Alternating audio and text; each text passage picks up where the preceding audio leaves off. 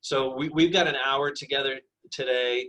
There'll be time for questions at the end. So you'll see the Q&A button down the bottom. Please send us your questions and we'll be sure to try and get to them at the end. And with no further ado, I will turn it over to David and Bruce. Bill, thank you very much for having Bruce and I today. We greatly appreciate the opportunity that you've presented us. We've thoroughly enjoyed working with you and many members of your team over the last few years. The one thing you did forget to mention when you grow up in Boston, you're automatically a Red Sox fan, a Celtics fan, a Bruins fan, and then you become Catholic. So it kind of all goes together at some point. So, but again, thank you for having us and allowing us this opportunity. And as Bill mentioned, we'll leave some time for questions at the end. Certainly, we're all living in this era of COVID, and we've seen a great deal of disruption take place. But even pre-COVID, we lived in a very disruptive environment, right? The way we shop, the way we get around town, the way we do our banking was all changing over the last few years. And COVID it very much so helped accelerate the pace that this change is happening. And what we're going to spend some time talking about today is, one, how did we get here? How did this acceleration and disruption take place over the last 30 years or so?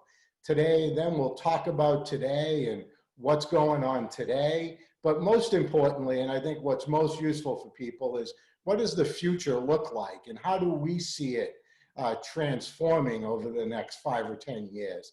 So that's kind of our thoughts and challenges that we'd like to present to folks. And maybe with that, I'm going to turn it to Bruce and we'll begin the presentation.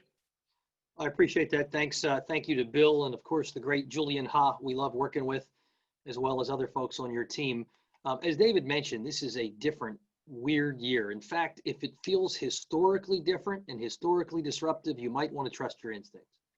We went back noting this is the 31st presidential election since the year 1900. And in that period of time, we've had a total of 24 recessions, 11 fell in presidential years. We've had about 25 to 30 years with sustained protests. We've only thankfully had 4 pandemics, but how many years have had all 4 of these super disruptors at the same time?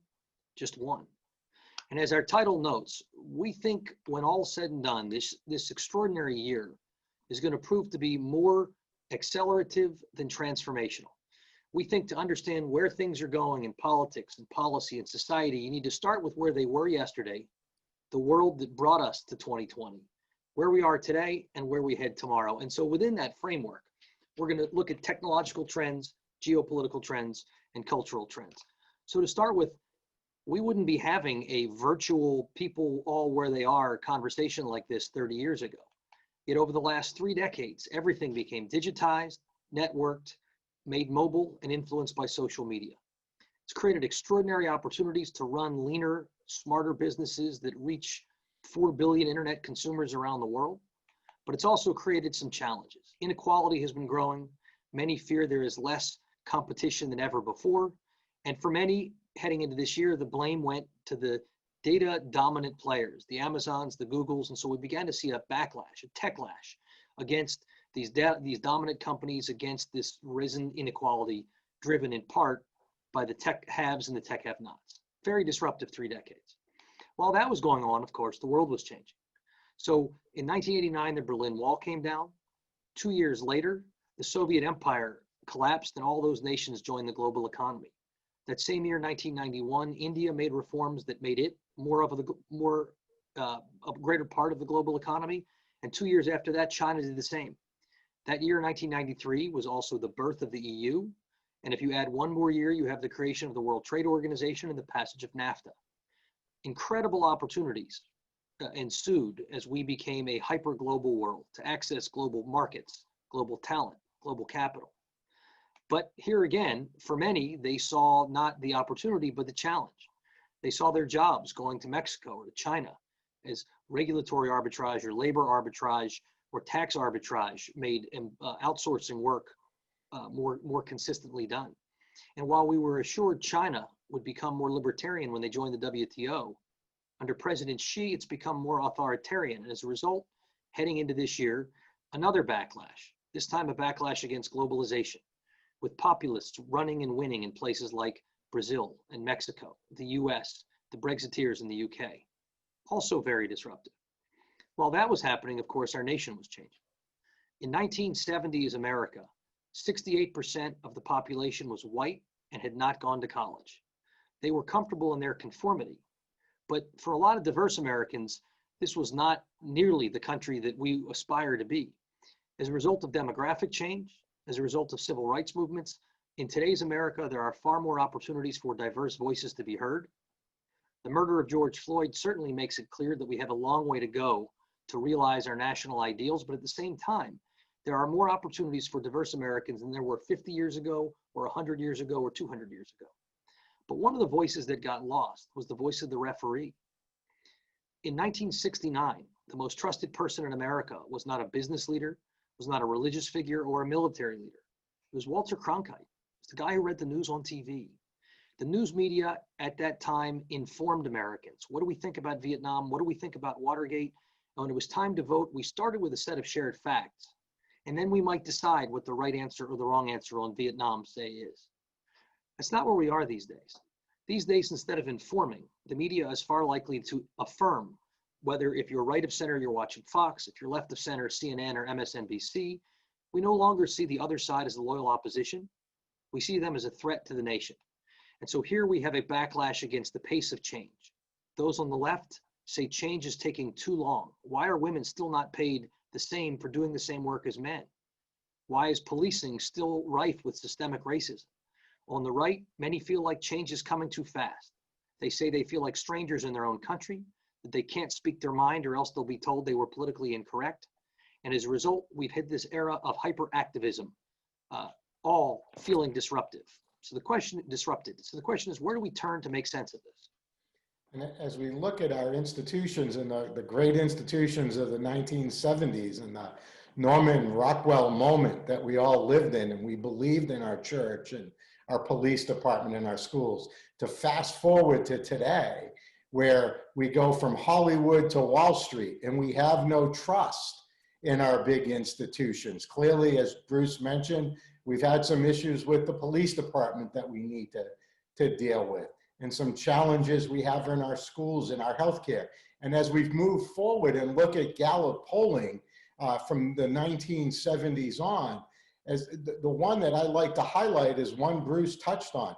Look at mass media and the lack of trust that has gone on in mass media from 1979 to today. We've seen our referee now become part of the problem, not part of the solution. And imagine, we've seen our public schools moving in the wrong direction. Imagine what that's going to be like post-COVID and how we've dealt with the challenges that students have had over the last few months here. And finally, by the way, if anyone can introduce me to the 12% of people that think Congress is doing a good job, I would really be interested in meeting some of those folks, because I haven't had the opportunity to find them yet. So it would be kind of like going to the zoo and finding maybe a baby panda bear at the National Zoo. So as we start to look at politics and the disruption that's taken place in politics, let's talk about our elections from the 1960s. Let's talk about changing control in the House, the Senate, or the White House, meaning if the White House was controlled by a Democrat, it became Republican, or vice versa. In the 10 elections in the 1960s and 70s, this happened 3 times. In the elections in the 1980s and 1990s, this happened 4 times. In the elections of the 2000s and the 10 elections we've had, this has happened 8 times. And everybody thinks Donald Trump is disruption. Donald Trump didn't happen until 2016. It's been closer to the end of this decade. So you've seen changes. Voters are unsure about what it is that they want, where they want to be, who they want as their leaders.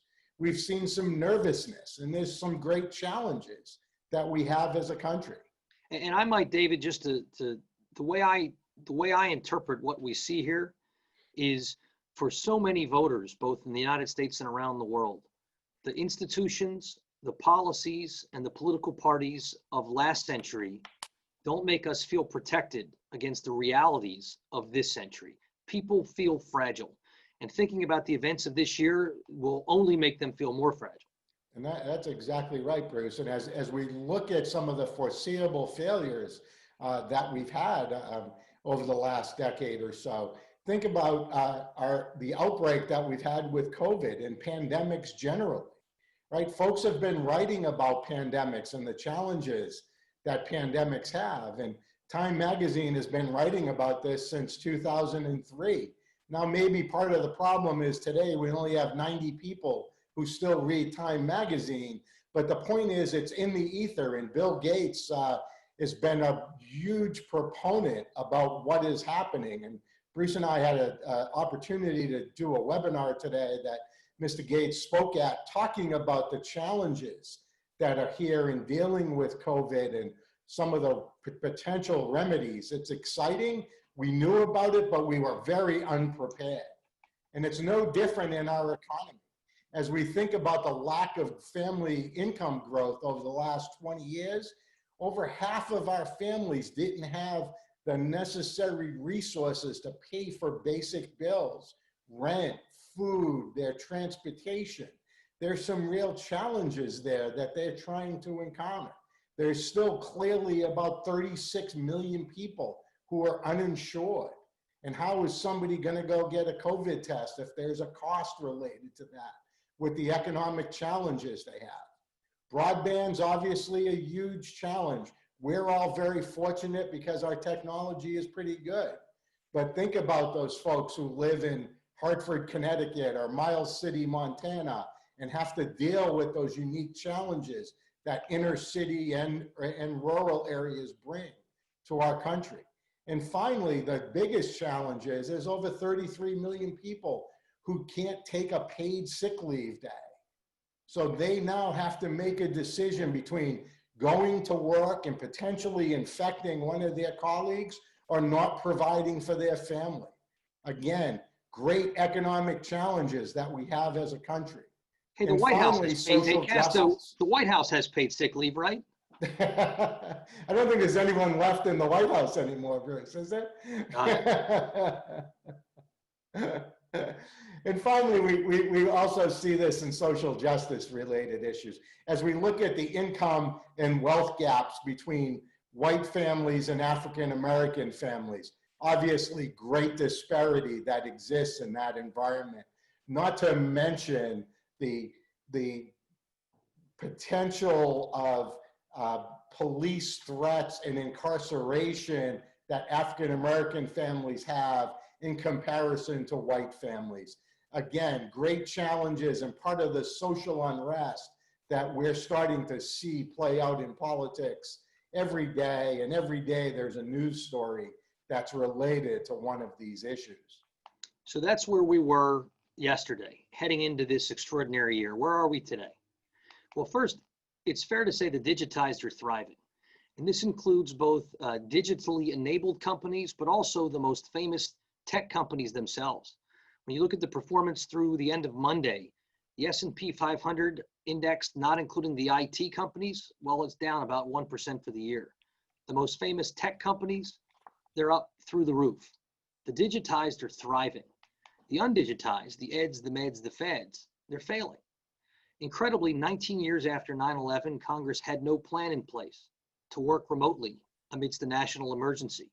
And their big innovation this year, proxy voting, is literally phoning it in. That's the best they could come up with.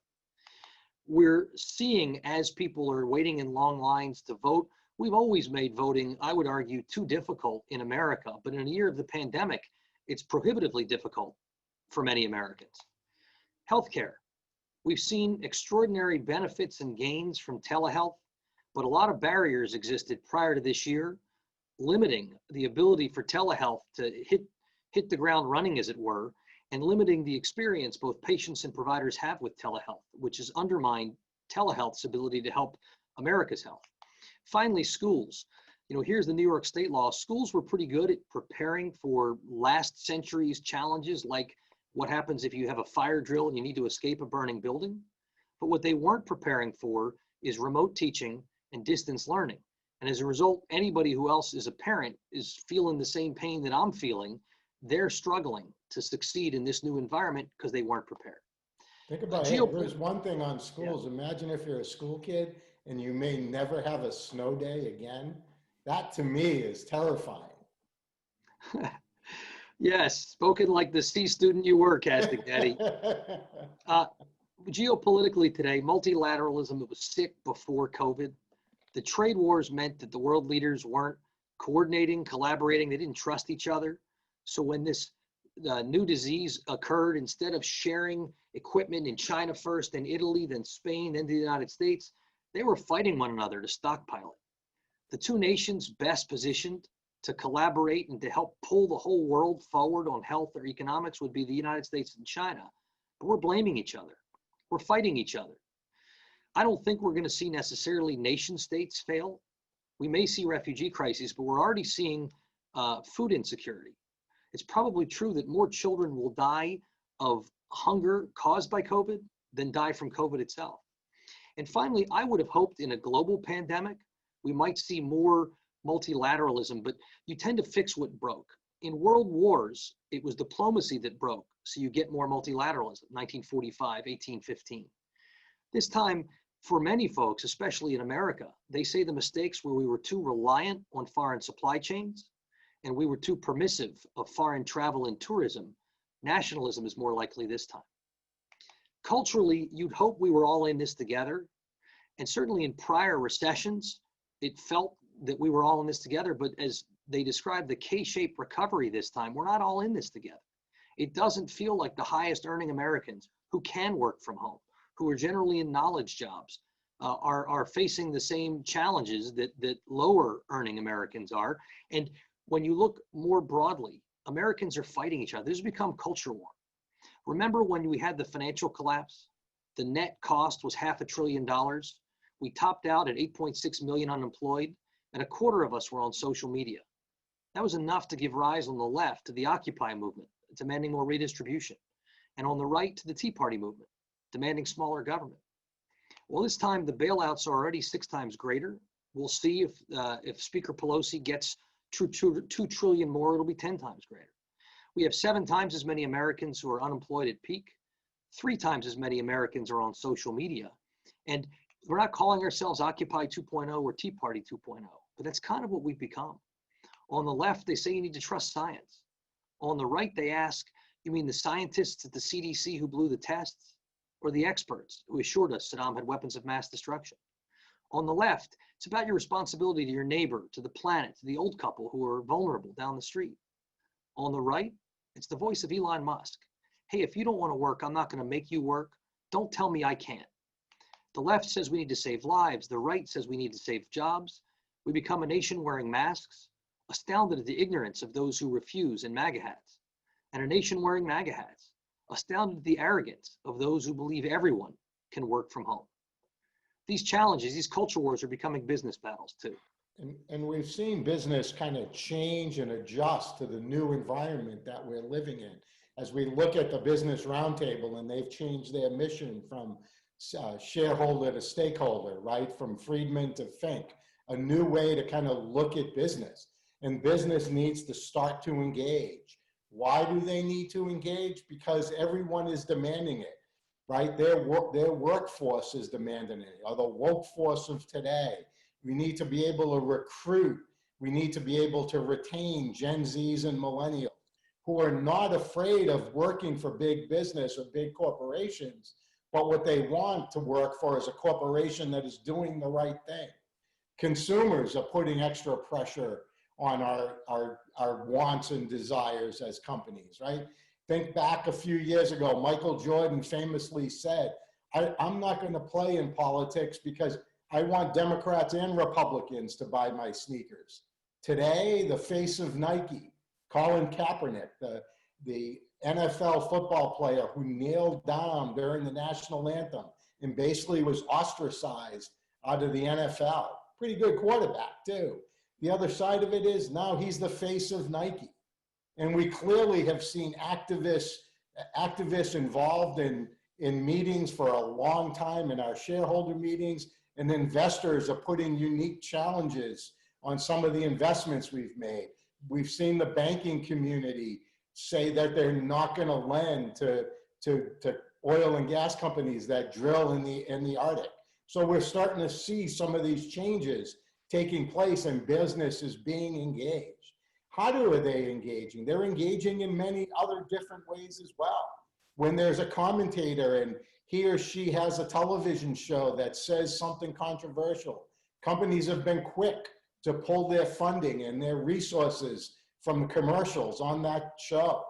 They've also helped with some simple things like the bathroom law in Texas that we see as simple, but it was incredibly important to happen, and it was driven by the business community. Most recently, we've seen with JP Morgan making huge financial investments into the inner city to address systemic racism. And finally, most interestingly, is the Washington football team. It has a new look and a new brand because branding is driving everything. And we look today at the intangibles and what it means to business. 85% of the market cap of a company is now based on things like branding. Branding is an incredible intangible need that companies have, and the Washington football team has adjusted to that environment. So we've seen it, and there are some challenges there that need to be met. If only they could start winning. Yeah, that's never going to happen. As we start to look at the 2020 election, one thing to think about, over half the country will probably vote before election day. It's pretty amazing that the election is already going on as we speak today, and it's still a couple of weeks away before we go in the ballot box. There are three major themes right now that are driving the elections: the pandemic theme, the economy theme, and leadership. Those are the issues that people care about, people are paying attention to. And if you're looking at the pandemic and the way that the president is handling this and the way that Joe Biden is describing the issues in front of him, Joe Biden wins in this category by about 14 points. As we segue into the economy and look at the economic challenges that we have, and you can see why there's the cultural war about opening up America versus keeping people unemployed, Donald Trump is conveying a message, believe it or not, that people buy in the economy. And he's up by about 3 points still in that category. And finally, as we look at leadership and the great leadership challenges that they have, both candidates is trying to define the other in different manner. As we look at how the president is trying to define Joe Biden, he's defining him as incredibly woke. He's a socialist. He's all about taking money out of your pocket and giving it to others who don't need it, really. While on the other side of it is Joe Biden is trying to define Donald Trump as a person who's not up as a leader. He can't face the challenges that are in front of him. That the MAGA concept is divisive and chaotic. And when you kind of think a little bit about who do you dislike least, a place where Donald Trump beat Mrs. Clinton by a fairly significant margin in 2016. Today, when I dislike both candidates, Joe Biden is the winner in that category. So we're seeing this fight play out. The most interesting question to always ask it, though, is the nation moving in the right direction? And usually if you ask right direction, wrong direction question, and that number is hovering around 40% in the right direction, the incumbent president wins. This time we're down to 31%. Think the country is moving in the right direction. Again, leading to potentially a Joe Biden victory. But most interestingly, when you ask a question, are you better off today than you were 4 years ago? Look at that number that sits in front of Donald Trump. People are feeling better, more secure. financially in a different way. This was the famous line in 1984 between Walter Mondale, and to go back to Bill's point about Ronald Reagan and the establishment of Heidrick, that's when this famous question started to come into place. Are you better off today than you were 4 years ago? I think actually, Casto, I think Reagan hit Carter with that in a debate in '80 was when it first got used. And then The Morning in America, '84, he said, you are better off than you were 4 years ago. Yeah, but it fits better for Bill in terms of 1984 and the Reagan Revolution. So let's go with 84. Good point. Move to the Senate. And finally, we kind of get to the Senate right now, and we could flip a coin on who's going to win the Senate. But you can kind of see a concept of a blue wave moving, and it's more in the states that the Democrats are losing right now: Montana, Georgia, Alaska, Kansas, South Carolina, where you can potentially see a wave on the blue side. The Democrats are clearly gaining ground on incumbent senators. You're starting to see incumbent senators pull away from Donald Trump, including today, John Cornyn said the only reason to keep Donald Trump is to keep a conservative judge in place. So you're starting to see that distancing that's happening as we start to get to these races and where we sit. And even in North Carolina, where clearly the Democratic candidate has some issues that he needs to deal with both family and publicly, he's still maintaining a lead after a week out, where early voting actually has already begun in North Carolina as well. So that's the world of yesterday and the core trends. That's how they're impacting today. We're now going to look towards tomorrow. We'll try to be a little bit more optimistic. And we actually are optimistic at the medium and the long term. Recall in 1969 when America landed men on the moon and brought them home safely. It wasn't just a shot in the arm for a nation that had been coping with Vietnam War protests and assassinations and riots, but it also launched the semiconductor revolution. It also launched tons of innovation. The war on COVID right now, all we're focused on are therapeutics and vaccines, and justifiably so. But when they write the book about this 20 years from now, they're going to realize there was a Cambrian explosion of innovation and possibilities that happened as businesses all digitized faster than they ever had, as new productivity and new innovation were enabled by both business product improvement, but also by things like wearables getting so much smarter, helping us live healthier lives. At the same time, the dark cloud in that, or the dark lining in that silver cloud, is that if the technological haves and have-nots, if the digitized and undigitized were exacerbating inequality before, accelerating the fourth industrial revolution will exacerbate that inequality further.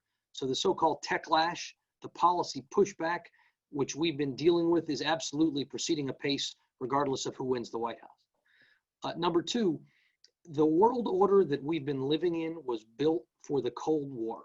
That ended.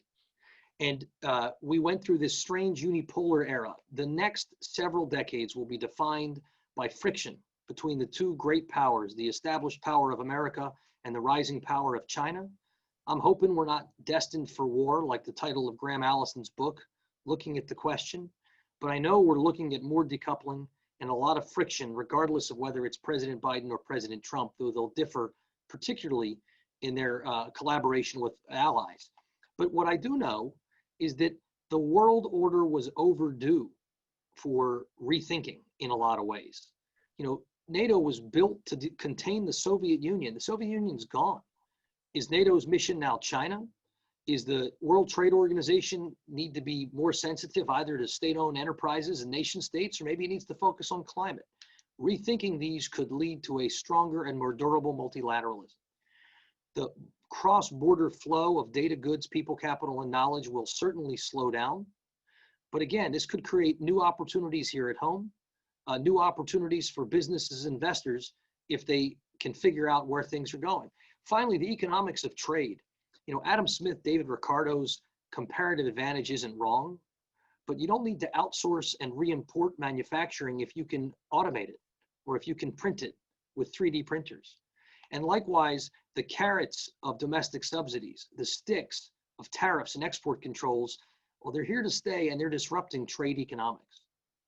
Culturally, tomorrow, we have been amidst what happens every several decades in America, which is a realignment of our political parties. It's happening in 4 areas. First, education. When I graduated college, if you had a college degree, you were 4% more likely to be a Republican. Today, you're 20% more likely to be a Democrat. Women, when asked which party would they rather see control Congress in 2010, it was Democrats +6. Today, it's Democrats +22. Rural, urban. Political scientist Dave Wasserman observed that urban areas typically have Whole Foods and rural areas typically have Cracker Barrels. He took a look at Democrats' winning percentage in counties that have Whole Foods, large and growing, and he compared that with the Democrat Party's winning percentage in counties that have Cracker Barrels, smaller and falling. And he found that rural-urban gap was 20 points when Bill Clinton was elected, 25 when he was reelected, and it's grown every election since. Finally, we're seeing a race gap in who the parties send to Congress. In 1961, 95% of House Republicans and 93% of Democrats elected to the House were both white and male. These days, the Democratic Party looks a lot more like America. Only 38% of their elected representatives in the House are both white and male. My Republican Party, it's still 90%.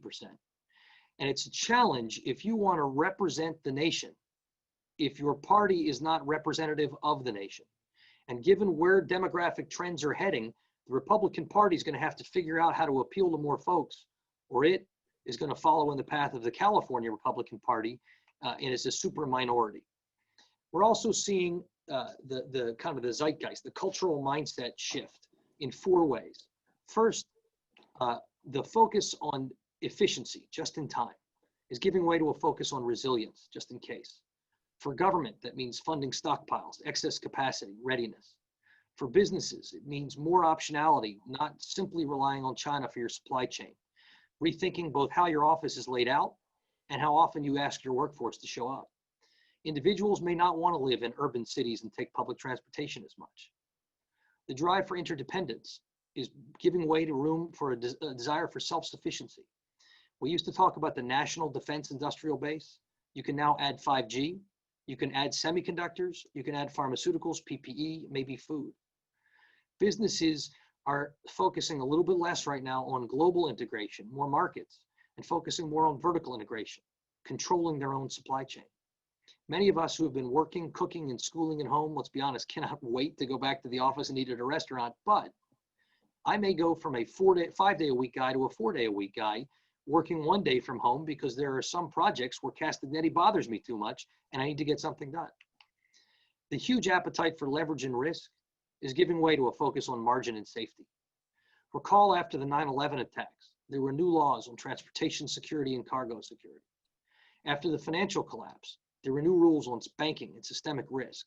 We are in for new regulations on public health, pandemic preparedness, and a revisitation of our safety nets and how to make them more effective.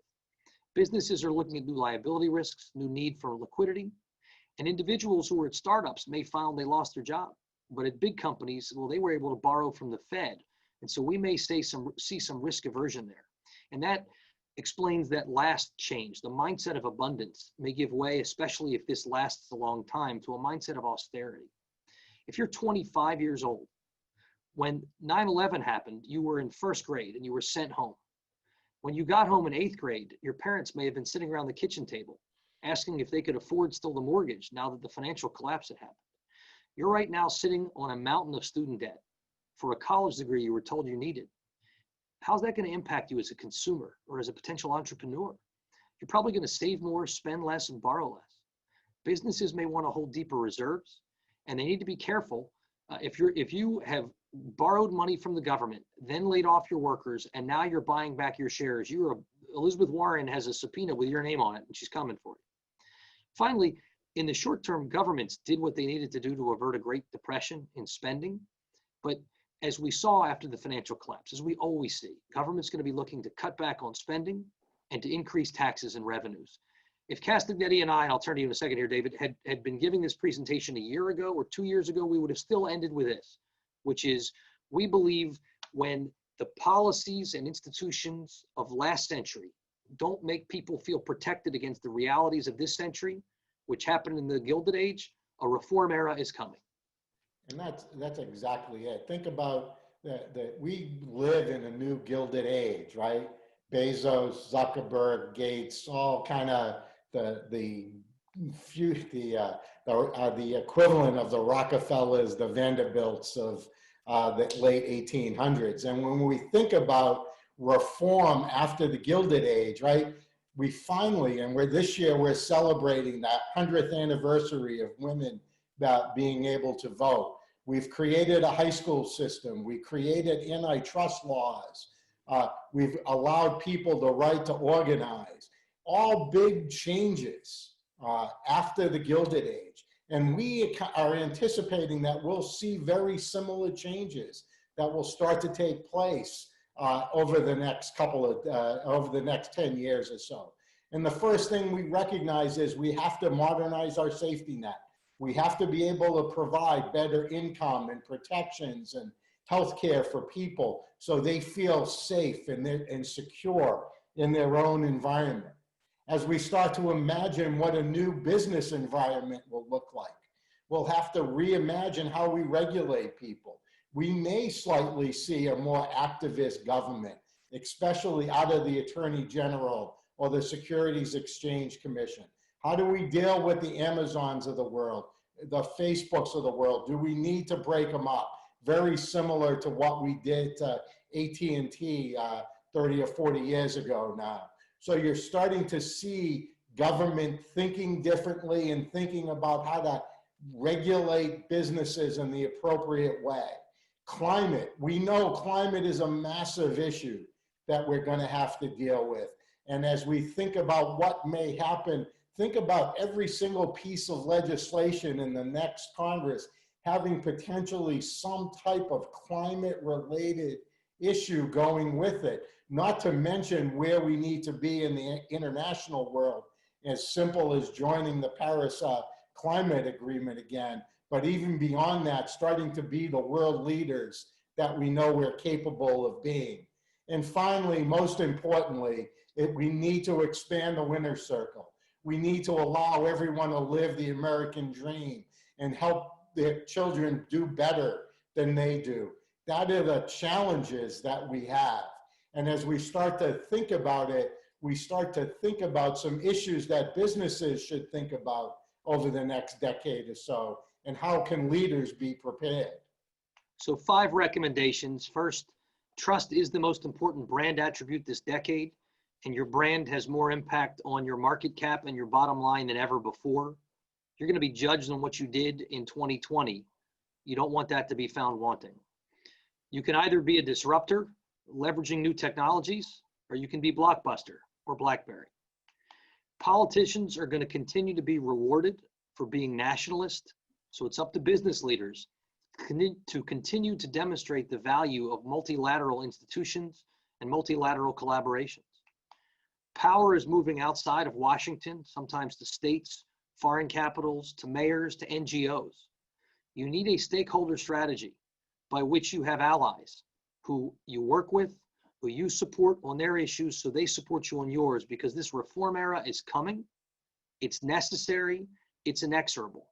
You've got to engage in the messy process of having those conversations with leaders who want to do the right thing, but who don't know how to modernize the policies, the institutions. And the challenge for many successful businesses is, even if they're antiquated, you've mastered them and you're succeeding in them. The challenge is the externalities, the people they're not protecting, they're not covering.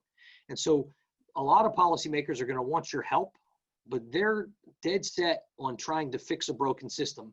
We certainly recommend you engage with them and you help them on this important process. Bill, we're happy to take questions or not. Great, thanks guys. That was really, really interesting. If we can go back to the 2020 election, the setup that you gave, David, was around change elections and how so many in the last 20 years have been change elections. One of the questions I think people have on their minds is, given the polarization of the country, are people voting straight ticket? Do they want unified government? Do they not want unified government? There was a time when people wanted balance between the House, Senate, and White House.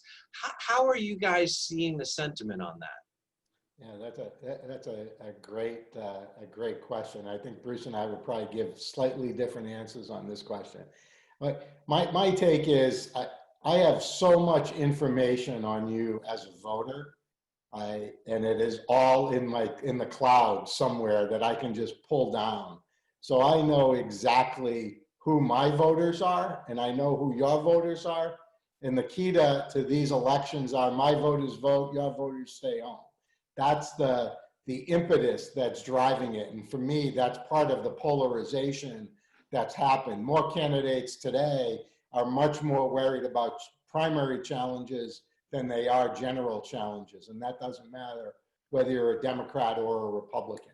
I think part of it is people as people age one way or the other, seniors have become much more hardened in the Republican Party, although that's changing a little bit this election cycle. Gen Zs and millennials are definitely more focused on kind of democratic issues and woke related issues. The Alexandria Ocasio-Cortezes of the world rise to a different level in this debate.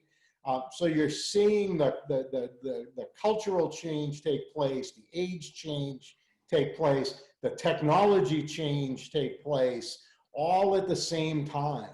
And, you know, as much at the end of the day that people say they want people to reach across the aisle, at the end of the day, that's not, I believe, not what they really mean. What they really mean is, I want my issues dealt with, confronted with, and we're going to do it my way. That's my take. I know Bruce has a little bit of a different view on this than I, but I'll let him go. Well, I heard the question a little differently. I mean, the question, are people looking for unified or divided government? I think people are looking for effective government.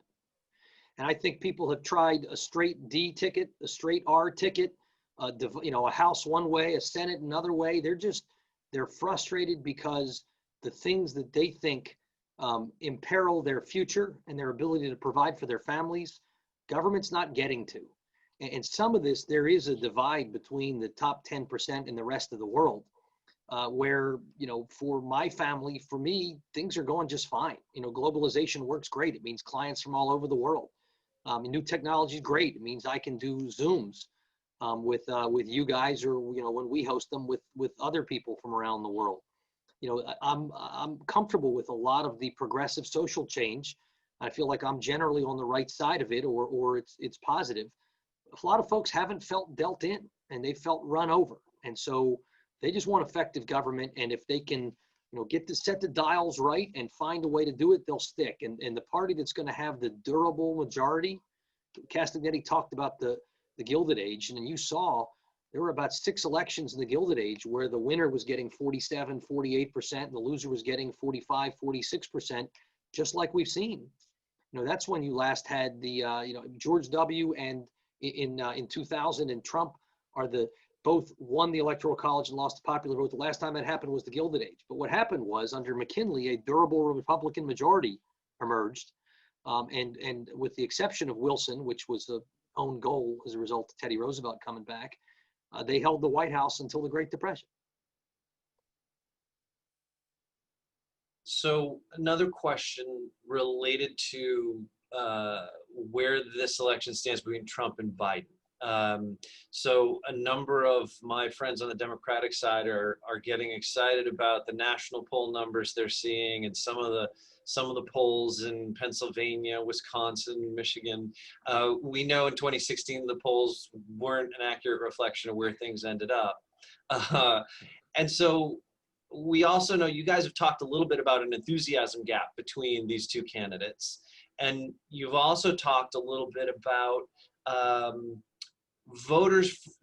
registered voters in the last election who didn't actually vote that could show up in this election. And I think the number you had shared earlier was something like 2.2 million non-college educated white voters in Pennsylvania, for example. who didn't vote in 2016. So what are your thoughts about where the race stands and polling and turnout? That's it's a huge bundled question, but I'll let you dissect it. You want to go ahead, David? No, go ahead, Bruce. I'll let you go first on this one. Well, so you're right. First of all, as Bill knows and a few people know, we put out quarterly analyses. You may have detected that we kind of like putting data in PowerPoints. And we put a 60 slider out about the elections where, Bill, you were actually drawing from. You'd probably plan to ask questions, assuming we were going to present that instead of the world is sort of flat, sort of not presentation we just did. Oh, I have some others about that too. So first, just because we can do this, I will quickly point out, here's the data Bill was talking about. The eligible voters who did not vote in the 2016 election, but theoretically could vote this election. If everybody who could vote registers and votes, Trump might do better in Wisconsin, Michigan, Pennsylvania, Minnesota, and New Hampshire. The polls where Joe Biden's leading in all those states presume a generally similar level of non-voting as we saw in 16 and otherwise. Likewise, Joe Biden, if he could get everybody who's eligible to vote in the Sun Belt to show up and turn out, he could crush in the Sun Belt. So there is a path. The polling has been pretty clear. It's Joe Biden's to lose. And while his prior two presidential candidacies and this one at times suggest he's capable of losing this thing, he's kind of running out of time to lose it. And every time he tries to lose it, Trump gets in front of him and loses it faster. But if we all wake up and we're scratching our heads and, you know, you're inviting us back to say, what the hell just happened? What we're going to tell you ultimately happened was that Trump increased the number of people who support him, who registered, and he's out-registered Democrats in Pennsylvania and Michigan and Florida and elsewhere. And he got them to vote on election day. And that Democrats, whether as a result of lack of super enthusiasm for Joe Biden or fear of COVID or because they signed on the wrong line and Republican lawyers got their ballots thrown out, turned out, which was a little bit of Hillary's problem in 16. I agree with Bruce in terms of the analysis on the Rust Belt. The other piece to think about on those same numbers is the change in demographics in the Sun Belt.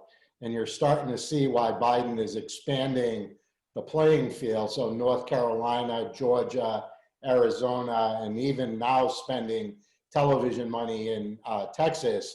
But that is because of the number of non-white voters and the change in college-educated voters as well in those states, especially in places like North Carolina and Georgia. So you're seeing the map move at the end of the day. Bruce is right. The Democrats are getting out-organized in the Rust Belt. And again, you know, my voters vote, your voters stay home is the safest way to say it. Dealing with issues and getting people to the polling place and other tactics are also have to be dealt with and confronted. And all I can say going into this bill is much like in 2016, where the Democrats thought there was going to be another President Clinton in charge because of the polling. I hope this time it is accurate and spot on, and we even get closer to 60 seats in the Senate instead of 51.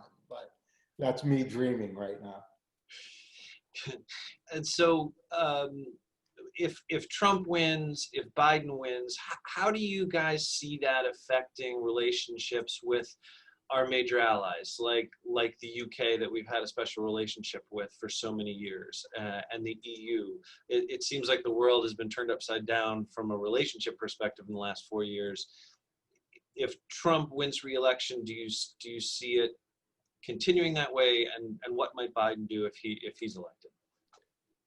Want me to start with Biden, Bruce, on this one? You pick. You can tell the Biden magic pixie dust story of everybody will be happy and love each other. It's a kumbaya moment, hugs and kisses for all, I guess, is the best way to put it. I think as you think about Joe Biden, and the one thing we didn't talk about that certainly the president will use against him is he's been in Washington, D.C. for 40 years.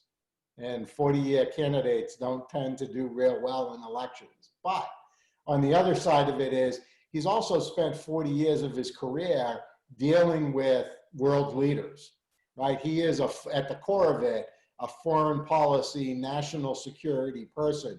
That's what really motivates him every day. And when you look at the team that he has surrounded himself with, most of those folks are out of his foreign policy space.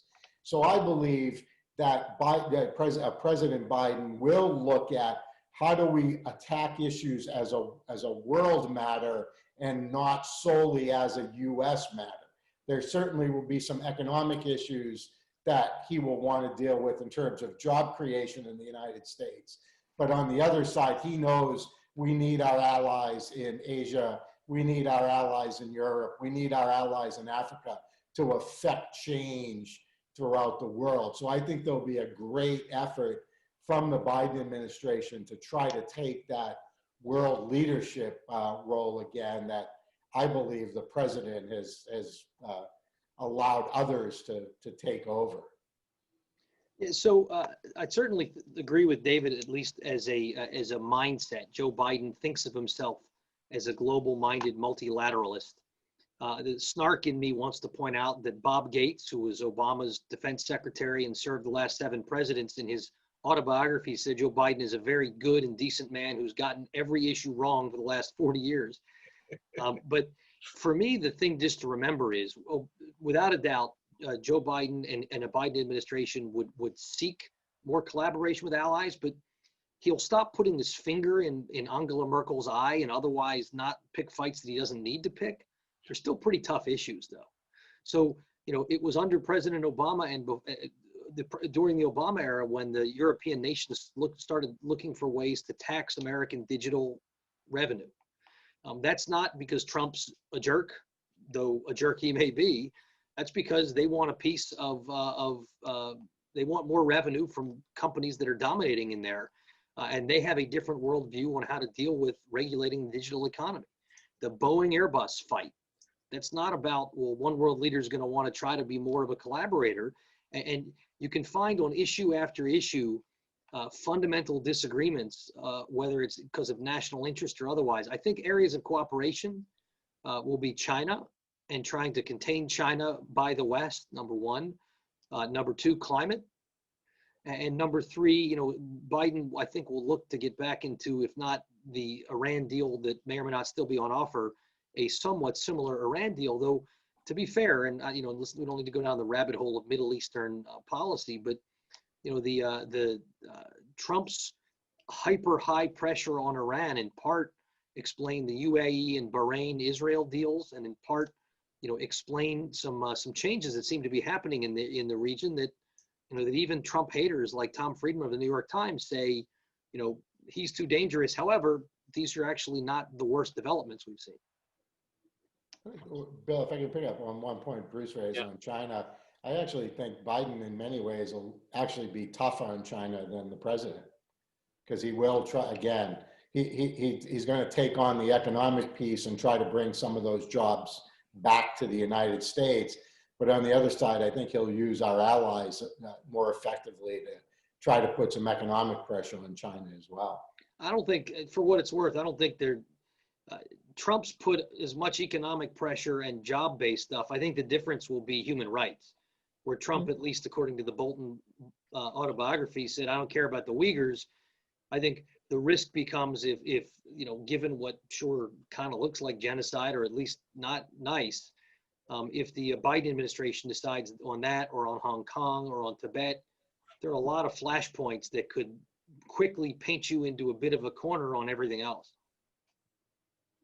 All right, so China is another 1-hour conversation. I think maybe we have time for one more question. I want to bring it back to the larger picture that you guys were painting, and from a Heidrick and Struggles perspective, you know, we see with a lot of our clients, employees becoming much more active on social issues in the workplace and being more vocal, and leadership having to respond to that. how do you see that trending? You know, the Coinbase founder, I think, recently came out and said that employee engagement, you know, they should leave that, activist stuff should be left at home. But for a lot of folks, you know, you're bringing your whole self to work. How do you all see that? You want to go? You want to go? Good. Yeah, I went first last time. You can go first this time. You know, the Coinbase thing was fascinating because what he said is what every CEO in America would have said 20 years ago, which is your politics, your religion, your family, all really important, all personal, keep it out of the workplace. And here Coinbase has to offer some buyouts to people who say, I simply cannot work at a digital currency fintech company that's not adequately woke and on the ramparts on the social culture wars. Wow, what a changed world. But that is the world we're in. And part of it is because people have found the leadership out of Washington and out of government wanting, and have found the smaller organizations that are more nimble, whether they're NGOs or whether they're corporations. They found them to be better places that they want and they expect to be successful. And as David went through on that slide, you know, you want to be on the right side of ESG funds. You want to be on the right side of millennial and Gen Z workers. You want to be on the right side of activists. And all of that suggests you're going to need very carefully to pick and choose certain issues and to pick and choose certain engagement without overdoing it.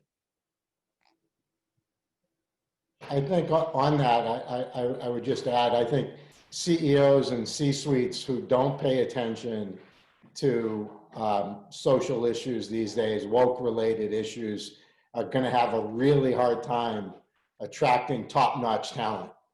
And that's going to be a big, important factor for every company moving forward. And as Bruce said, you have to pick out the one or two issues that are really important to your workers. CEOs and C-suites have to listen differently to their workers moving forward than we did 20 or 30 years ago. We clearly have had a change, and we have to be attentive to those needs. I see that. I have a 26-year-old and a 25-year-old, and I see what they expect out of their employers versus what I think I did in my generation, and certainly Bruce is a few years younger than I am, expect out of it. It's a completely different world and a different way that they think about issues. Fantastic. Bruce, David, thank you for joining us today. Thanks for doing this. Hugely insightful. We'll make the presentation available to all the attendees in case anybody wants to look at the information for themselves. Thanks again so much for today, and good luck with the 2020 election, guys. Thanks, Bill. Thanks for having us. All right. Have a nice Take day. care. Bye now. Thank you, everybody.